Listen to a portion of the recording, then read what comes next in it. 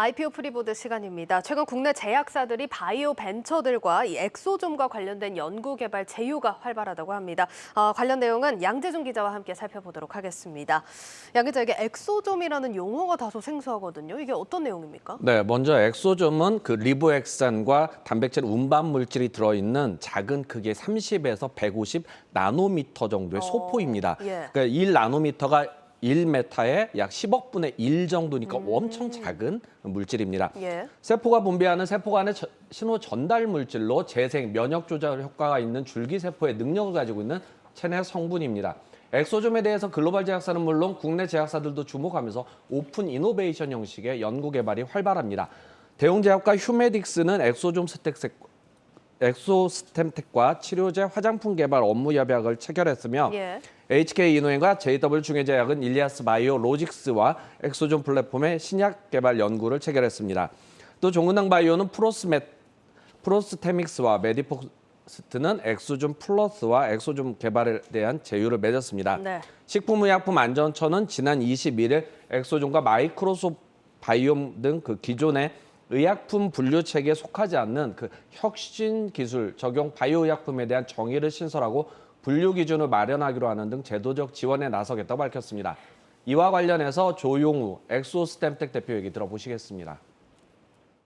대웅제약과 함께 MOU를 맺고 또 엑소좀 치료제의 상용화를 위해서 또 하나는 또 휴메딕스와 같이 저희들이 엑소좀 기반의 퇴행성 관절염 치료제를 임상을 진행하기 위해서 계속 이제 공동 연구 개발 및 연구 협의를 진행하고 있고요. 큰 대형 제약사들과 협력을 하게 되면 저희들이 향후에 어떤 임상 진행하는 데 있어서 또 임상 연구를 더 박차를 가해서 진행할 수 있을 거라고 생각합니다.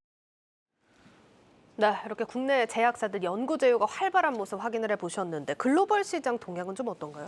네, 글로벌 시장에서는 미국의 코디악 바이오사이언스와 영국의 에복스 테라퓨틱스가 가장 선두주자라고 할 수 있습니다. 네. 이들 기업은 대부분 10억 달러 전 우리 돈으로 약 1조 3천억 원 정도의 기술 수출을 건당 성사를 시키기도 했습니다. 예. 시장 조사 기관인 DMMR 리서치에 따르면 글로벌 엑소좀 관련 시장은 2021년 118억 달러 약 14조 원에서 2026년 317억 달러 약 38조 원에 이를 것으로 보입니다. 제약바이오 업계는 현재 글로벌 제약사에서 임상 초기 단계에 진행하고 있고 의약품뿐만 아니라 화장품 쓰임새가 많은 기술이라는 점에서 주목하고 있습니다. 이와 관련해서 김수 브렉소젠 대표 얘기 같이 들어보시겠습니다. 최근 4년 전부터 이제 글로벌 제약사들이 다양한 그런 셀소스, 오리진의 엑소좀을 가지고 신약 개발을 하려고 공동 연구라든가 인라이센싱들이 조금씩 일어나고 있고요. 가장 최근에는 작년에 이제 론자하고 코디악이라고 하는 이제 회사가 이제 협업을 하고 그 제조 시설을 이제 인수해가는 그런 형태들도 있었습니다. 네, 이 엑소좀 쓰임새가 많다 보니까 글로벌 시장에서도 관심이 높은 것 같은데 지금 관련 기업들 그럼 임상 계획이라든지 투자 유치, 사업 현황이 어떻게 되고 있습니까? 네, 실제 글로벌 시장에서 엑소좀 기반의 그 임상 치료제가 아직까지 없고요. 그 초기 임상 단계란 말해서 바이오업계랑 우리도 한번 해볼 만은 하다라는 입장들이 좀 많이 나오고 있습니다. 해외에서는 미국의 코디악 바이오사이언스가 고형암과 T세포 림프종에 대한 임상 1상을 거의 마무리하는 정도 수준입니다.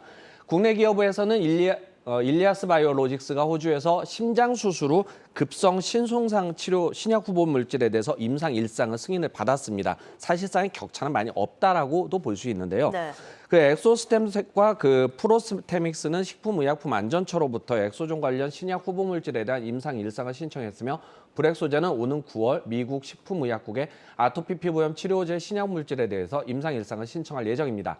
조용우 엑소스템텍 대표와 김수 브렉소젠 대표 얘기 차례로 들어보시겠습니다. 저희가 작년 12월 말에 이제 시리즈 B까지 최근 이제 투자 유치를 완료를 했고요. 내년 1Q 정도에는 저희도 이제 다음 라운드를 준비하려고 하고 있고요. 아마 그게 이제 프리 IPO가 되면 가장 좋겠고 그 이후에 이제 상장에 대한 준비들. 올해 이제 3Q에 국내 기업 중에서 이제 아마 처음일 것 같은데 미국에서 임상을 진행하려고 계획을 하고 있고요. 두 번째 파이프라인은 이제 심근경색 치료제고요. 한국식약처에 임상 시험을 승인해달라고 요청한 임상 시험 계획서를 접수한 상태입니다. 그 다음에 저희들이 이제 그 헤파토좀이라고 해서 간 섬유화 치료제 그다음에 이제 건염 치료제, 그다음에 저희 뭐 파킨슨 질환 치료제 등의 다양한 이제 엑소점 그 치료제의 임상 파이프라인을 저희들이 준비하고 있습니다. 시리즈 C 그리고 이제 추후에 어떠한 그 IPO라는 그러한 과정을 통해 가지고 그 엑소점이 치료제가 이제 실제로 의약품으로 탄생하고 네, 엑소점과 관련해서 국내외 제휴 그리고 사업 동향에 대해서 이야기를 나눠보고 있는데 한 가지 다뤄볼 부분이 바이오 업계에서는 엑소점 생산에 대해서 문제점도 많이 거론이 되고 있다면서요. 네, 엑소점과 관련해서 바이오업계에서는 대량 생산에 대한 문제점을 좀 지적을 하고 있습니다. 예. 엑소점은 앞서 말씀드린 대로 그 줄기세포에서 생성되는 물질인데 워낙 작은 그 소포라는 점에서 의약품의 품질 그 보증과 품질 관리가 유지되느냐 라는 게 가장 문제가 있다라는 의견들도 나오고는 있습니다. 네. 신약 개발에 성공할 경우 뭐 임상 다 끝나고 신약을 하면 대규모 이제 글로벌 시장을 공략하면서 생산을 해내야 하는데 과연 이제 할 수 있는 기술력을 가지고 있느냐가 아마도 그 중요한 과제 그리고 투자 포인트라고도 할 수 있습니다. 네, 여기까지 듣겠습니다. IPO 프리보드 양재준 선임 기자였습니다.